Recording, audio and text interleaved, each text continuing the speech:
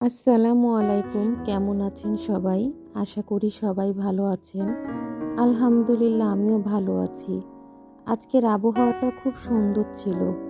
একটু আগে বৃষ্টি হয়েছে। আরাপ আমার কাছে ফুচকা খেতে চেয়েছিল।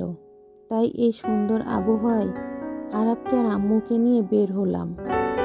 প্রিয় মানুষকে ছোট ছোট কোনো উপহার বা মাঝে মধ্যে ঘুরতে বের হলে যেমন তাদের ভালো লাগে, তেমনি নিজের কাছেও ভালো লাগে। শুক্রবার ছাড়া আমি বের হওয়ার সময় পাই না।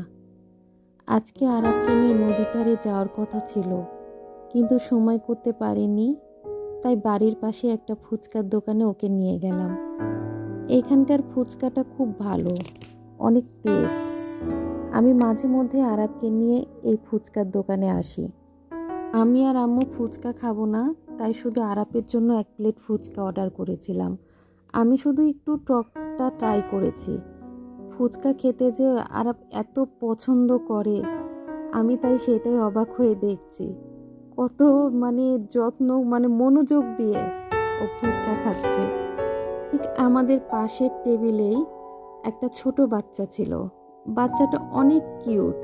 আমাদের কাছে এসে আমাকে আর আম্মুকে সালাম দিচ্ছে। আরাপ পুরা প্লেট ফুচকাটা খেতে পারেনি, তাই বাকিটা আমি প্যাকেট করে বাসায় নিয়ে এসেছি।